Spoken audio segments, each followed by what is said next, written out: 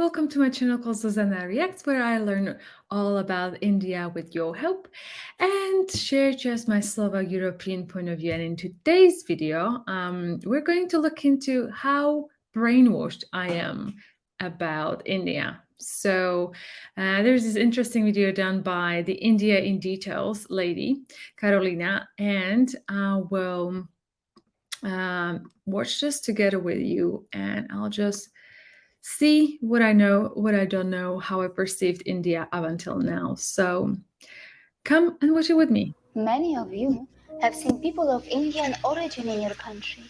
How do you perceive them? And how do you perceive India?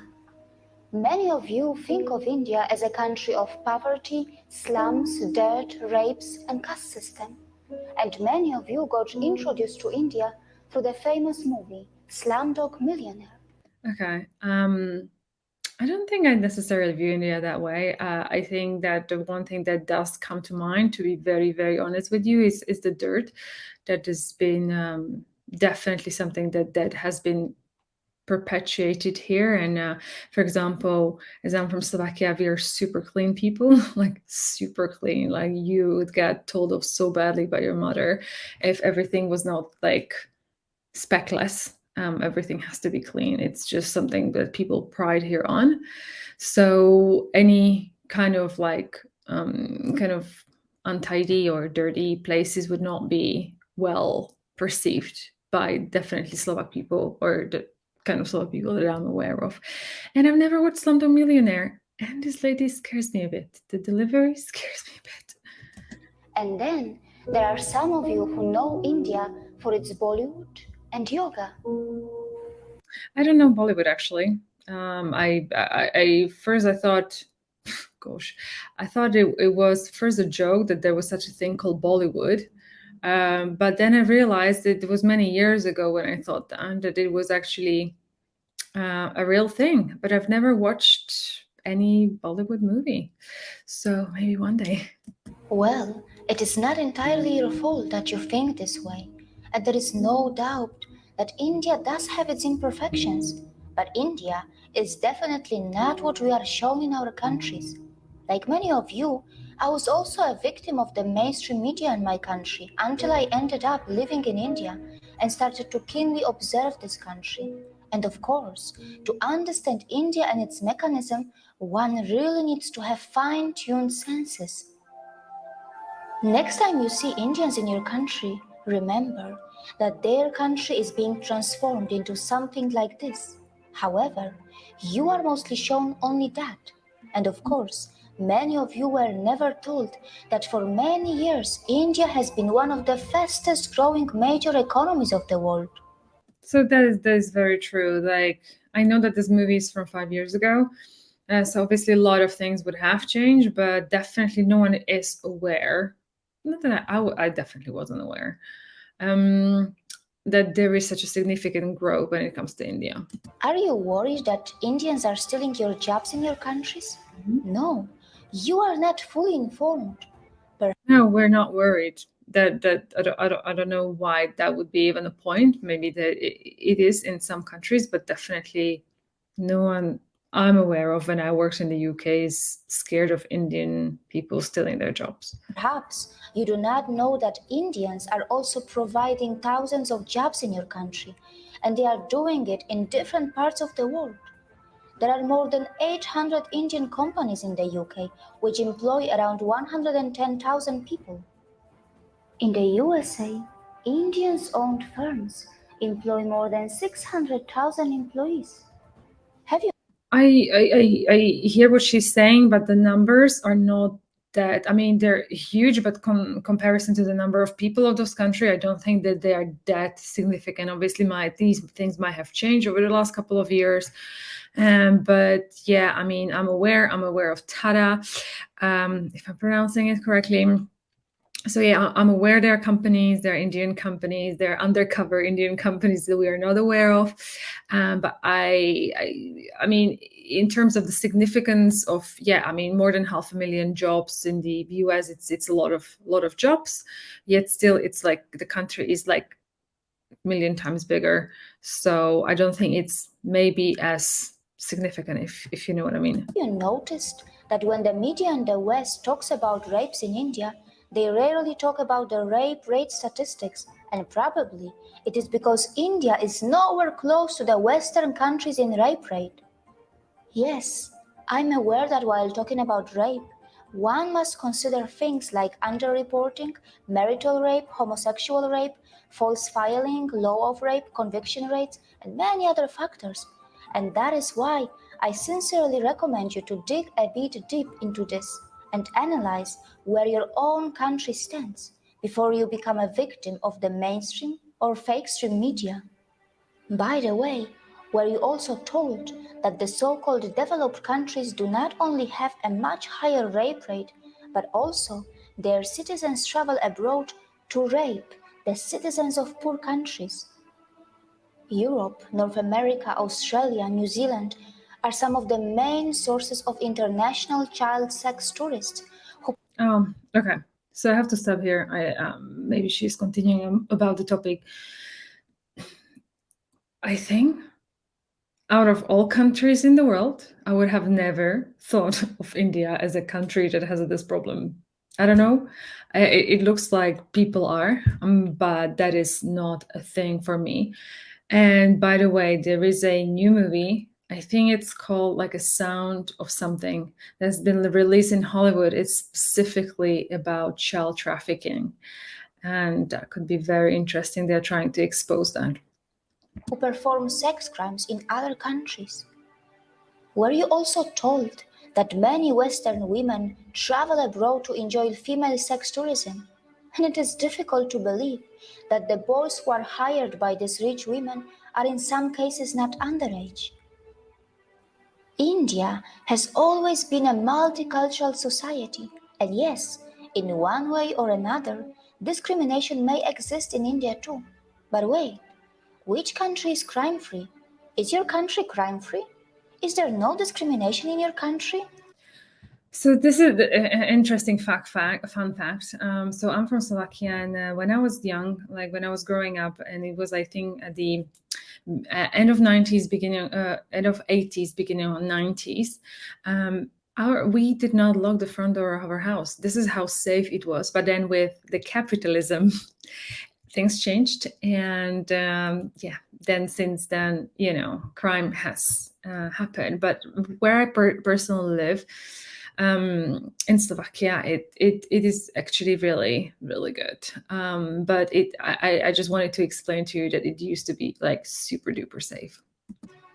India is a country where its minorities are allowed to thrive and grow in numbers and also in percentage. India is a country where many dharmic traditions like Jainism, Sikhism, Buddhism, and Hinduism were born. And the people of India have even accommodated the ideologies and religions that did not originate from their own land. When I first heard of Indian caste system in my country through our media, it was not even mentioned that. By the way, she's been showing Poland, and it's kind of what it looks like actually in Slovakia as well. Very similar. In India, not only the minorities, but also the members from those societies which are also known as low caste end up becoming presidents, vice presidents, prime ministers, and chief ministers. Has the media in your country told you about this when they talked about Indian caste system to you? Has the media in your country also mentioned that India has already had a female president and a female prime minister?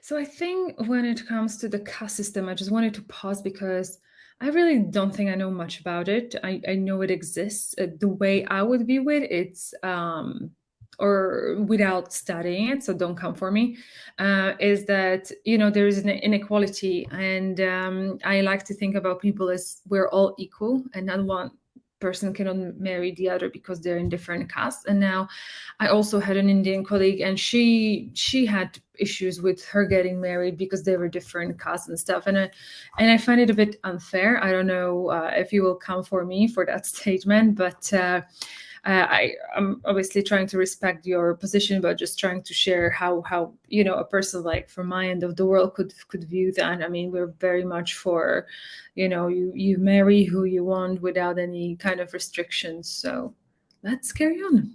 I know that in many so-called developed countries, many low-skilled immigrants from poor countries are purposely and temporarily brought to do low-class and dirty jobs. These poor people are kept in substandard conditions, and after the job is finished, they are sent back to their own countries. The developed countries make the most of their strong currencies, and their own citizens shy away from doing small jobs. Well, these developed countries are so smart that they perform oppression on the humans that they import, and then later, very cleverly, they dispose them. Can we call it exploitation too? So, okay, let me just pause here. Like this, I don't know where she has the data, and I hope she's claiming things on some sort of very solid basis here, because it's a bit of a strong accusation. I'm not disputing the fact that, for example, in the UK, you would have low-skilled workers. I personally never heard of them being treated and put in the low conditions. So I think that she might have some information that I don't have. In fact, I have an information where many of you have mentioned about the Roman gypsies that live here. So, for example, they go and travel to the UK, and what I'm personally aware of is that they I don't know if the word is traffic, but they take gypsies from where they're from, and they put them in a house, and they take away all their documents and traffic them for work. And they're basically like it is known. I'm not aware of kind of any other example. That is what I've heard personally. Yeah, I mean, the thing is, like, people like from Poland, from Slovakia, there's a lot of low skilled workers there, but they come there, through agencies, and they work there. But I've never heard of the cases of exploitations. In fact, I've heard of quite the opposite examples where people made lots of money. They were very smart, because people coming from our countries are very smart. And yes, maybe some native people don't want to perform certain jobs, but because people can here speak a lot of different languages, they're maybe more employable. Yeah, I'm not aware of any kind of strong claims that she has made here, at least not personally me. Indians are extremely self-critical, and they are genuinely concerned about their problems. They do have the intentions to fix their problems, and they do not shy away from talking loud against their democratically chosen governments. But you must remember that when Indians talk loud about their problems, it does not mean that they want to replace India for anything else. And it must be pointed out that Indian media has not really started ridiculing the Western countries yet, even though many Western countries love to present themselves as some kind of role models. These Western countries continue to forget that they can also easily be ridiculed for their wealth inequality, crimes, intolerance, rapes, poverty, and even hunger. Perhaps Indians are more interested in self-correction than ridiculing others. For sure, Indians know very well that tragedy is not a competition. Indians are not only providing jobs around the world, they are even feeding many hungry and poor outside India by their philanthropic work through their temples and gurudwaras. And very importantly, they are not expecting anyone to embrace Buddhism, Jainism, Sikhism, or Hinduism. This is very interesting, and I mean, I guess it's maybe because of your own philosophy, but I love to listen about the self-correction and that they're being self-critical. Is it indeed so, and how does that manifest? I'd love to know from your own perspective in the comments below. I love that you like to improve. I feel like, I don't know, it's just my Slovak point of view. from what I've observed in my own country. People just want to get rich by all means necessary, and they just don't care. I don't think they want to improve. I think they just want to get rich. So I feel like this is very admirable, and the fact that the philanthropic work, this is something that I wasn't aware. I mean, I've started to be aware of that throughout my channel and talking with you guys. But this is really super cool. I really like it, and the fact that you're embracing the diversity and you're not forcing anyone to convert. I absolutely love that. There is no doubt that India does need to improve its modern waste management infrastructure, as many of its streets continue to look dirty, even though an average Indian produces far lesser waste than an average American or European. And do you know why that is so? So, for example, as I mentioned earlier, we're very in here, very keen on ensuring things are very clean. And yeah, and for us, the kind of examples of cleanliness in here is like Germany or Sweden, or for example, I've just heard someone just returned like literally a week or two ago from Denmark, and they said like everything was like super exceptionally clean. So I just wonder why is that? Why do you think that is? Let me know. Also, the per capita emissions from India are so low in comparison to the USA or China, and Indians are nowhere close to the West when it comes to historical emissions. For all these years, you were told about the poor sanitation of India, but you were never told that Indians were also the pioneers in ancient sanitation system long before the Western countries got civilized. But of course, it shouldn't matter today. Even after 70 years of its independence, India is still not open defecation free. The government of India is running some massive scheme to build millions of toilets, and only time will tell if that is going to be enough or not. Not many people know that when it comes to defecation, some citizens in the Western countries have a Sorry, I'll just pause it here.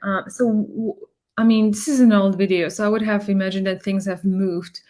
So when it comes to building toilets, and I feel like I've noticed someone mentioning that in the comments in one of my videos. I would love to know uh, where is that issue coming from, and how has this been now transforming, and you feel that it has now significantly improved, and what needs to happen in order for it to improve. Thank you. strange addiction, or rather, a disorder. And this is where a potential exchange can take place between India and the West.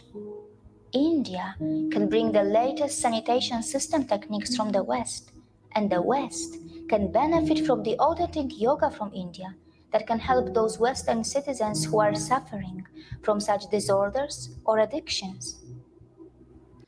I will just pause here. Yoga is obviously super well known in the West. There are many different kinds of yoga. I do practice, not right now. I used to do yoga.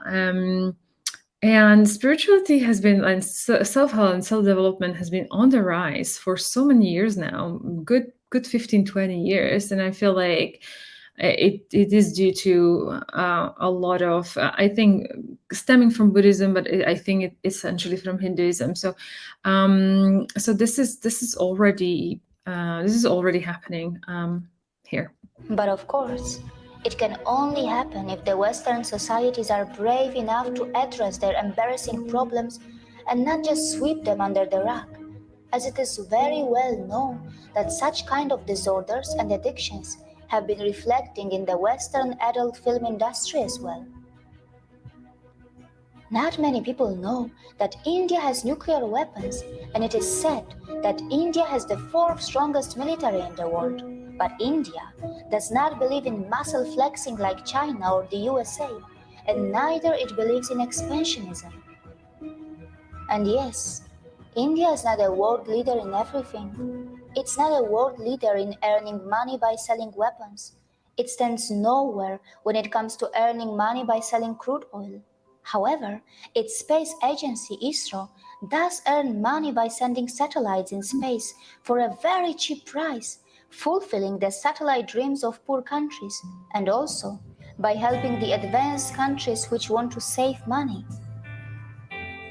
India is not a leader in the porn industry, and neither it is a top destination for sex tourism. Mostly, Indians are just very simple and kind hearted people, and only some of them know that their land was the richest in the world for thousands of years, and it was gradually pushed into poverty as it was exploited, looted, and colonized by its invaders and colonizers.